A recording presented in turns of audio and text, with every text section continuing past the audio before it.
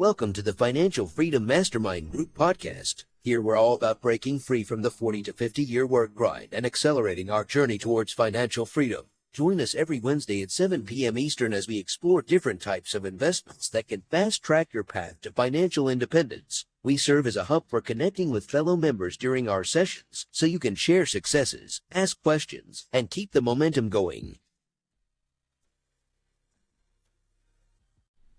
Good evening, everyone. This is Niyi Adewole, host of the Ekabo Home Financial Freedom Mastermind Group, and I'm so excited to be joined by our first repeat guest, Raven Hudson, who is an MBA-educated business strategist at a Fortune 500 med tech company, as well as the CEO and founder of a clothing and accessories company, the Shrewd Closet. At this med tech company, she has a dual role of leading strategy development, portfolio management, strategic planning, and competitive intel, and serving as chief of staff for the general manager. Raven, thank you for joining us tonight.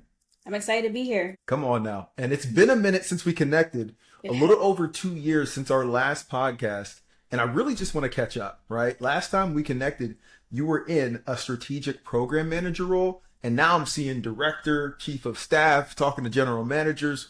What has happened since then? Yeah, so definitely a lot has happened in regards of just, you know how it is with org structures, right? When they start restructuring organizations, they start thinking about where people sit, if they should advance people or not. So about 6 months ago, my boss that I reported into for over 4 years of my 5-year tenure at this company I'm at today, did move to another part of the business. And so due to his good graces, he promoted me right before he left. And so I was already acting as somewhat of his chief of staff before, but it was never in my job title. And so he was able to get the promotion put through to director by having me having the dual role of strategy plus this chief of staff for the new general manager that's in our company. Come on now. Hey, nothing like it. And that director title, I know it comes with that director pay. So. It does. Unlimited PTO, which is great, but you have to get super creative about when you take off, right? It's all depending on the state of the business, but that's actually the biggest perk that I found was just being able to take off when I wanted to, as long as it made sense. So.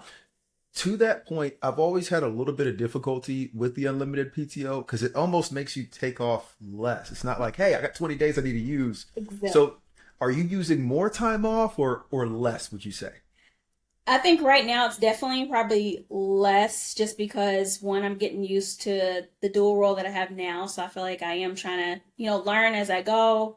But I'm starting in 2025. I want to be more intentional about taking time off, even if it's just 1 or 2 days to do self-care in the area, right? So I'm going to start being a little bit more intentional, but I definitely say it's still a work in progress for me when it comes to just taking the days off.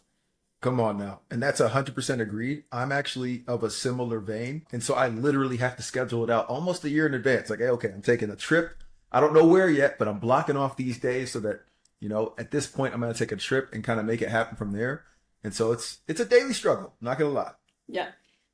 But one of the other pieces that you were doing that you're still continuing to do is build out a company as well. And as the CEO and founder of Shrewd Closet, a clothing and accessories brand, that takes a lot of time and energy.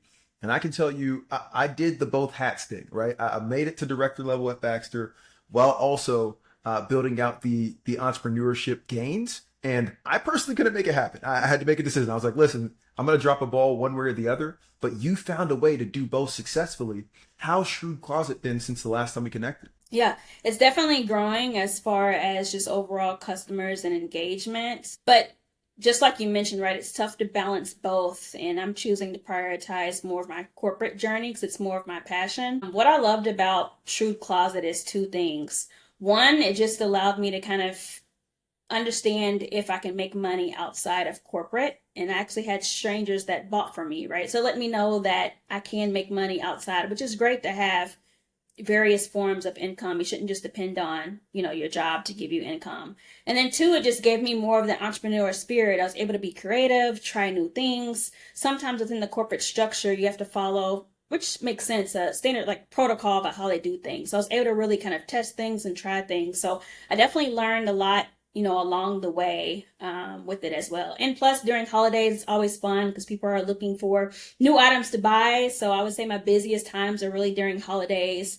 It's when I have, sales and things like that for different customers. Absolutely. And I think some of the best businesses are the ones that you actually participate and utilize. And Yeah. we know that while you're setting the trends in the corporate world, you're also setting the fashion trends, right? And you're making it happen on a day-to-day basis, which is awesome. And so one of the pieces that you've mentioned before, right, is that fear has no place in the success equation, right? And so taking on a whole venture where you're building out a business while climbing that corporate ladder is something that can scare a lot of people. They might think like, hey, I'm not going to have the time to do these both. Or if somebody finds out, maybe it's going to be an issue over here.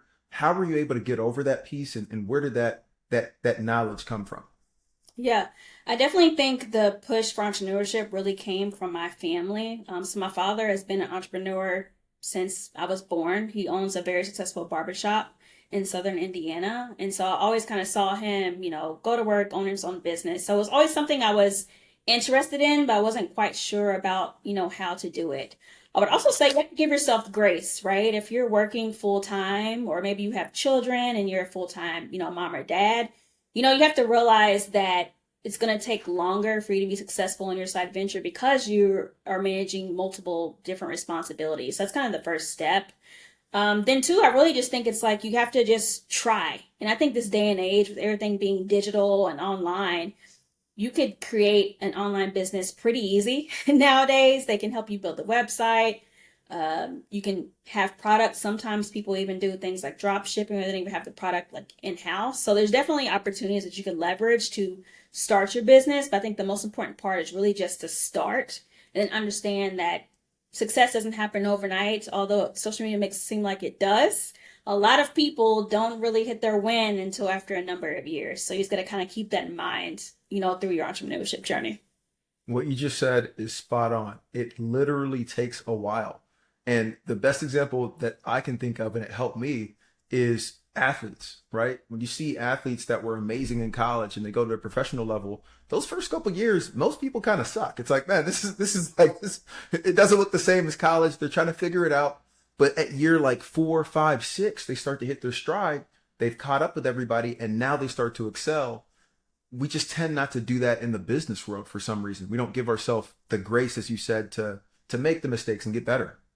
Absolutely, absolutely. And I think it's always great to pivot, right? So what you may find out is through your entrepreneurship journey, you may find out, you know what, I like this, but I think if I pivot a little bit to the right, I'll really be deep into my passion.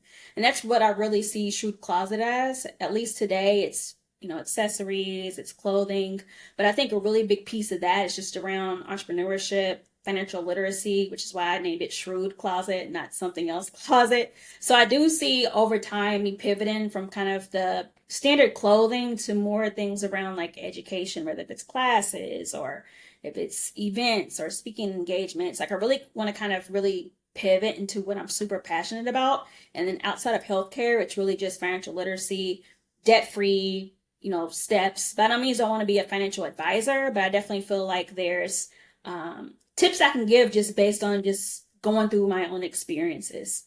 And to that point, I, for one, would second you being a motivational speaker Yeah. and or consultant for people, because your journey has been amazing. And one of the things that you said even on our last podcast together was you wanted to be debt free by 33. And that was a goal that you kept repeating. I saw the hashtags coming up. And I guess the question that everybody's been asking is, were you able to achieve this goal? Are you debt free by 33? Exactly. So November 22nd, I paid off my remaining balance. So I paid off a total of $130,000 in about 6 years. Wow. That is incredible. That is absolutely nuts. And it's one of those things where when people are burdened down with some debt, whether it's school debt, whether it's medical debt, and you're looking at it from that first year, it's very difficult to see a way out. How did you come up with that acronym and that vision and that drive to make it happen? Yeah. So again, for me, I was blessed to get a partial fellowship to attend the University of Rochester for my MBA. But even if I got a full fellowship, right, you have to pay rent, you have to go to events, you have to pay books. So a lot of people do take out loans. So I just, I looked at the U of R website. I saw what the ROI was in year one, where most of their candidates go post college. I saw the amount of loans that I have to take out, and I realized I can get my ROI in year one. So I'm going to go and risk it, knowing that I should get my return back as long as I do what I'm supposed to do within the program. And it ended up really working out. The reason why I created the hashtag was because I just need to give myself motivation. Instead of just making the payment every month, I really wanted to make almost like a competition out of it. And so I set up a date, which at the time I wanted to pay off my debt before the 10-year standard time frame that they make you, sign up for. And I was like, you know what? I'm going to do it in about half. So originally I thought I'd pay it off within 5 years post grad, but reality hit and I realized, you know what? 6 is just as good. So my hashtag used to be debt free before 33. But then when I realized I didn't quite meet that milestone, I went ahead and made it by. So I was able to actually become debt free the same year that I turned 33. But I really think just building a hashtag and kind of some type of marketing campaign behind it not only keeps you motivated, but also other people root for you because they know your hashtag. So you mentioned the hashtag. There's other people too that are aware of that hashtag, and they kind of kept me accountable throughout the process, which was really, beneficial. Absolutely. And they say that, and I forget exactly who says this, so please don't quote me on that. They say that if you know your goals, right, and you write them down, you're a lot more likely to achieve those goals. But if you now go and tell somebody or tell the world, you're even more likely to achieve those goals. And so setting that hashtag, something that you can talk about, I mean, it's something that I distinctly remembered. And so the fact that you achieved that's incredible. And it's just a testament to your drive and what you talked about earlier, being willing to delay gratification, because I know there had to be some things that you were like, man, I know I could buy this, but I got this goal. Like, how was that trying to delay that gratification over those couple years? Yeah, it was definitely a struggle. When I first left U of R, I moved into a studio apartment versus a 1-bedroom just because I was like, you know what? The biggest expense that most people have is what? Living. So whether that's a mortgage or rent. So I was like, let me try to reduce that as much as possible. I was also living in Chicago, which isn't the most expensive city, but it's pretty high up there, right? So I immediately just started thinking about what I wanted to do long term. And while my friends and peers were getting Benzes and buying Chanel, I was like, you know what? I'm going to get all those things, which I have started to get some of those things now. But I was like, you know what? I'm going to take my time because those companies are always going to be there and those things are always going to be there. So you really just kind of vision where do you want to be in the next 5 to 10 years, and then understand if I, again, do more with less and live off of at least half of what I make or somewhat close to it, you can live out your dreams in the future. And now it's 33 years old, so now I can kind of do whatever I want, right? In theory, because I made that debt-free milestone. So, which is amazing. And they said there would be signs, right? All right, there would be signs that she had achieved her goals. And I ain't gonna say anything. I was like, hold up, man, I can see it clearly. But that's awesome. And honestly, you deserve it, right? You want to be able to walk that delicate line, because some people go to the extreme to where, they're eating, peanut butter and jelly, 2 slices of bread with cheese, trying to like save and all this stuff. Exactly. If you hit the big expense items, like what you just said, like housing usually takes up 50% of people's expenses. If you can cut that down, you can go and have your gourmet sandwich, right? And you're going to be fine. It's just being consistent with the big things. And then when you're getting those bonus checks and things of that nature, not going out and blowing it on a car that you don't need, but using it to achieve your goals. Exactly. And I would say I did benefit from COVID. As you know, during COVID, they had, 0 interest. They weren't requiring you to make payments. So while everyone else was probably getting caught up on bills and taking advantage, because I had the extra money, I just started putting a ton of money down on those loans that were 0 interest. So that accelerated my path. I definitely say it's probably something that hopefully won't happen again, but I think the same rigor and kind of structure about how you go about selling off debt is beneficial to that too. But I definitely benefited from the 0 interest. And I did find that my peers weren't paying off their loans or, taking advantage of kind of not paying them. But I decided to, again, if I want to be debt free by 33, to just go ahead and do it. Yeah, absolutely. That was a definite weird time in the market that you could take advantage of, just knocking out straight debt with no interest, as you mentioned. And a lot of people did not. A lot of people racked up more debt on top of that. And now they're looking at it like, man, I wish I had taken advantage of that piece. Yeah. And so one of the things that we talked about before, right, is the promotions. Being able to find a way to continue to increase your income along the way to make it easier to have more go toward that debt to achieve your goal. And so you gave a lot of gems last time. And for those who haven't seen the last episode, episode 21 with Raven, when she was talking about negotiating salary and navigating the corporate world, you've got to go back and check it out. But what other tips do you have over the last 2 years that have been beneficial for you to continue moving up? Yeah. So again, I think if you really love the company, I would say the best way to increase your income is promotions, because I think historically the raises right now have been what, 2 or 3%, maybe 5 if you do very well. So that's really not satisfactory if you want to pay off, extensive amount of debt. So promotions is really the way to go about doing it. And like I said in the previous podcast, you want to make sure you always keep your receipts.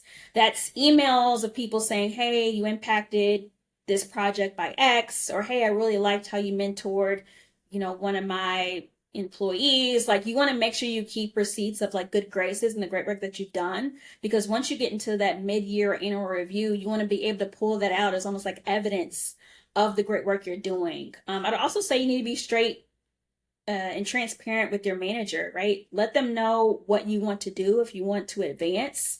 Have those career conversations, because you want to understand if there truly is a gap between where you are and where you want to be. You want to make sure you have a clear, defined pathway to get there. They may say, hey, you're not as analytical. I would love for you to either take a course or perhaps work with a peer that's analytical. There's a lot of development and trainings that are in companies nowadays. So maybe they'll put you in some type of development program. But I think in order for you to really get ahead, you have to be, one, transparent, and two, you just have to make sure you keep track of all the great things you've done. 100% agree. Keeping track of everything you've done. It works both within the W-2 and outside of that, right? And trying to build that social capital, we'll call it, to where you can trade that in for a new role. And then also having the difficult conversations up front. Right? It's not comfortable to walk in and say, hey, what can I do to get better? Or what are things that you see as weaknesses within me? But if you're willing to go and have those conversations up front, now you can adjust those things and get truly to the next level. Exactly. And another big piece, or at least what I learned along the way, when I was a senior manager, I always said, I'm director level ready. I'm director level ready. I had a tough conversation with my manager, and I was like, what am I missing? I have good graces, I'm complete my projects on time, I have good results. And he was like, Raven, what you're missing is actually impact. And someone might step back and say, well, what a boss mean when they say impact? But it's really about the impact you're making beyond your role, your function. Because as a director, now you have to direct. Sometimes it's not just your individual teams, but it's like you have to indirectly manage people. So what are you doing to make sure you're driving alignment and cross collaboration across the business? That's the impact that I want to see. That'll make me confident that you can do the role. So that full time that we spent, I had a roadmap of how am I making impact with everything that I do, right? And I ended up actually being able to show that. And when it went to my annual and mid-year reviews, they actually said, you know what? Since I spoke to you, you have made impact. I'm seeing that change. It's not always about what you do, because I have found when I've mentored people that they tend to do a checklist. Okay, I need to do a business case. I need to make sure I create a PowerPoint. I need to make sure I do X. It's not about what you do in corporate and entrepreneurship as well. It's about how you do it. How do you make people feel? What's your reputation like? It's really that how, that soft skill that's really going to make sure that you move up in the organization. Because the further you move up, it's less about what you do. It's how you do it and how your team does the work. What you just said is spot on. And I'm so happy you hit on that, because a lot of people think, hey, if I could just be the producer and I'm out here just getting it on my own, that's how you move up. And honestly, that's the opposite, right? You do need to produce. You do need to show that you can carry the bag, quote unquote, and get it done. Mm-hmm. But when you start moving into those director levels, there's no way you can cover this whole business by yourself. Like, you would literally not sleep. There'd be no trips. There'd be no vacation, right? And so being able to work through others, motivate others, problem solve, and also empower the individuals that are under your lead is so critically important, both in entrepreneurship and as you move up that corporate ladder. 100%. And again, as you expand in your business, you may be a solopreneur, but over time you'll have to have that team, right? So it's really about, can you develop people even outside of just a 9-to-5? So Absolutely. Absolutely. And I want to shift gears a little bit and talk books, right? So, one book that comes to mind while we're having this conversation is this book, So Good You Can't Ignore Me, right? Have you ever read that book or heard about that book?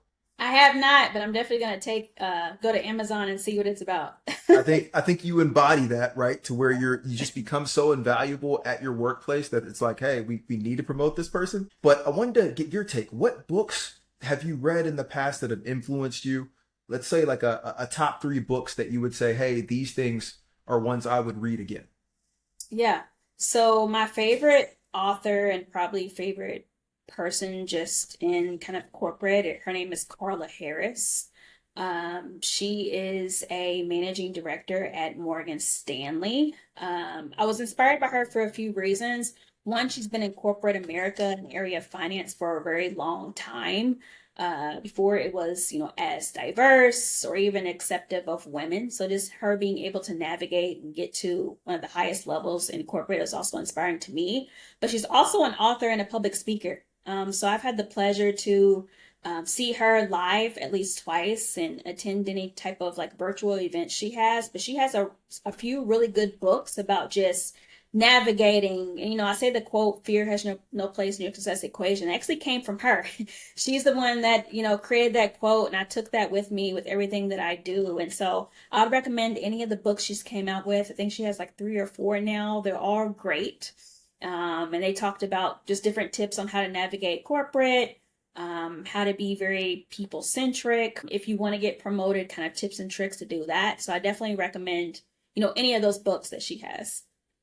Absolutely. And you are consistent because this was an individual that you talked about last time as well. So Yeah. that's amazing. It was almost like a test. And I know that you have ambitions to potentially release a book next year. Could you mind talking about that a bit?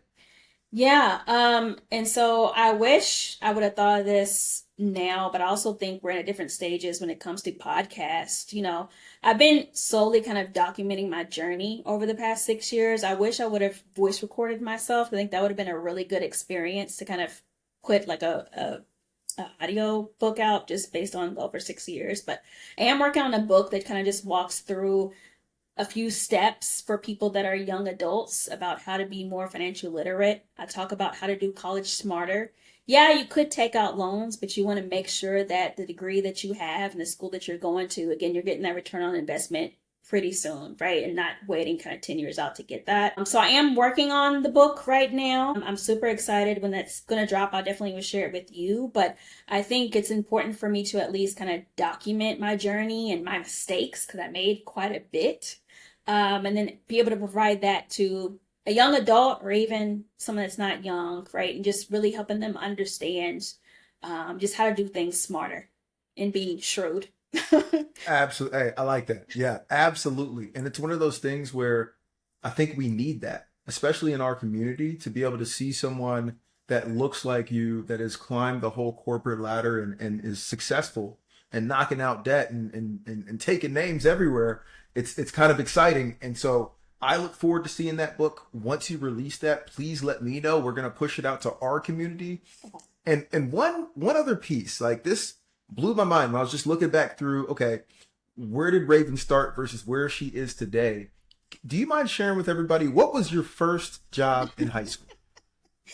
My first job was actually at Subway. I was what they call a sandwich artist. So I was just making sandwiches day in and day out. And it's funny now that I think about it, because I definitely was made fun of a little bit just because, again, there's a strong smell that comes from working at Subway. My hair would always smell like, bologna, right? Even if I wash it, I feel like it was still there. So, but I was able to grow in that business as well. I started out as kind of managing sandwiches all the way up to being a shift manager by the time I graduated college, right? So in a way, I was able to also show that I knew how to run a business. I started opening and closing the store. I started handling deposits. They trusted me with the key of the store at any time. So I felt like that was really setting the stage of one, just understanding responsibility at an early age. Two, understanding how to manage a business. You want to talk about inventory and costs, especially when it comes to food costs.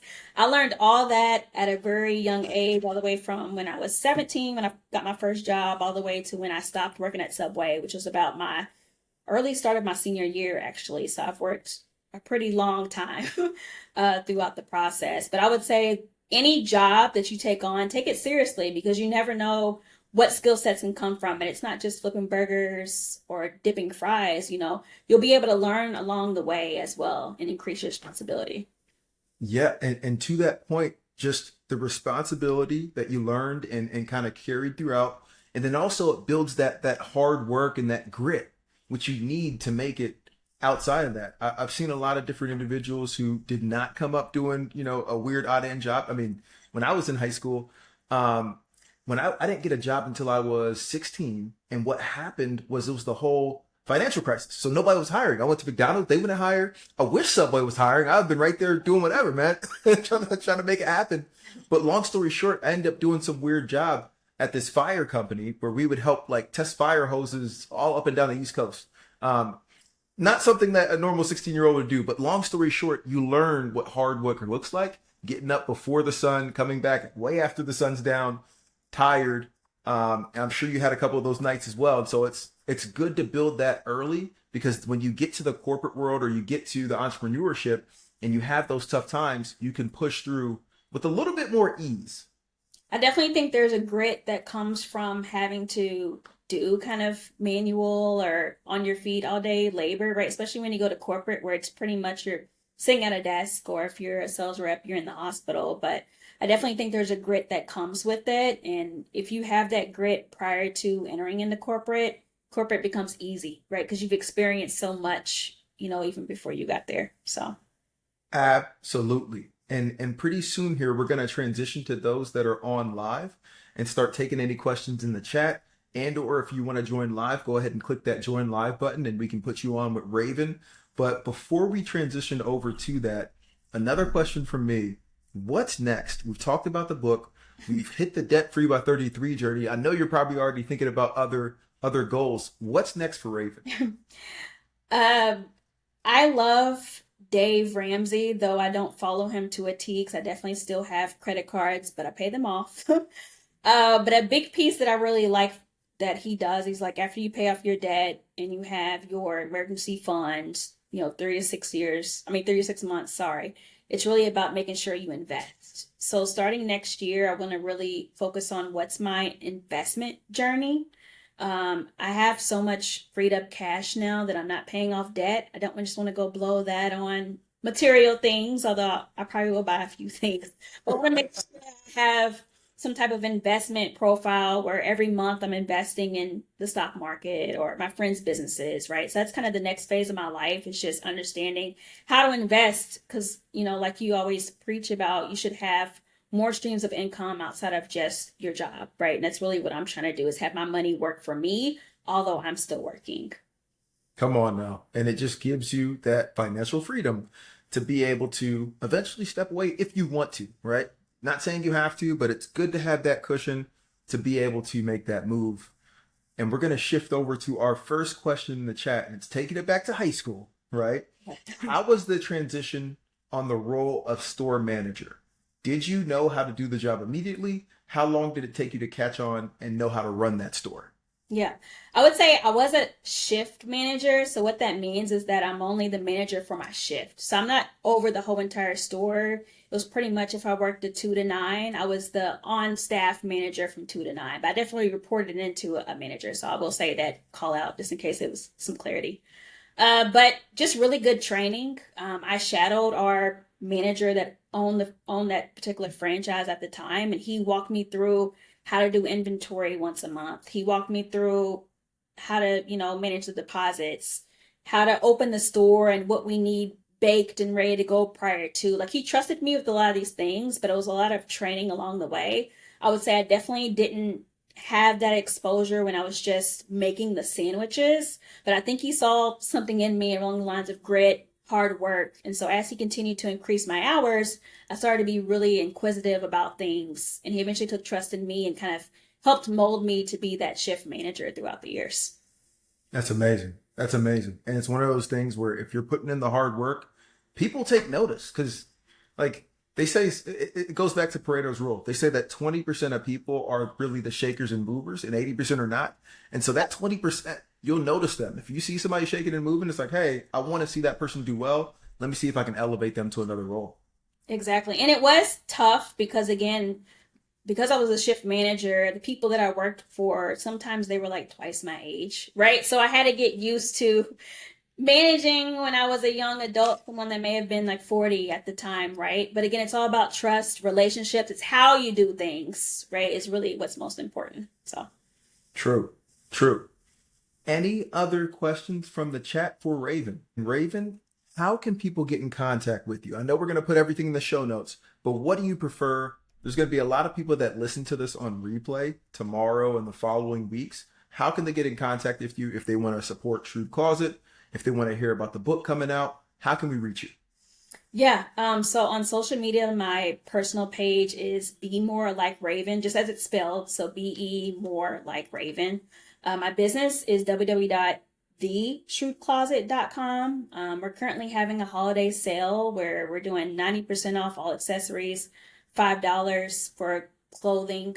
So definitely some great sales, so take advantage of those. And my business page is also Shop Shrewd Closet if you want to follow me on IG. Raven, we cannot thank you enough. It's awesome being able to reconnect, and we can't wait to see you maybe a year from now and with the book coming out and be able to kind of celebrate that piece as well. But thank you for joining us tonight, and I hope you have an awesome, awesome rest of the week. All right, thank you all. Join us every Wednesday at 7 p.m. Eastern as we explore different types of investments that can fast track your path to financial independence.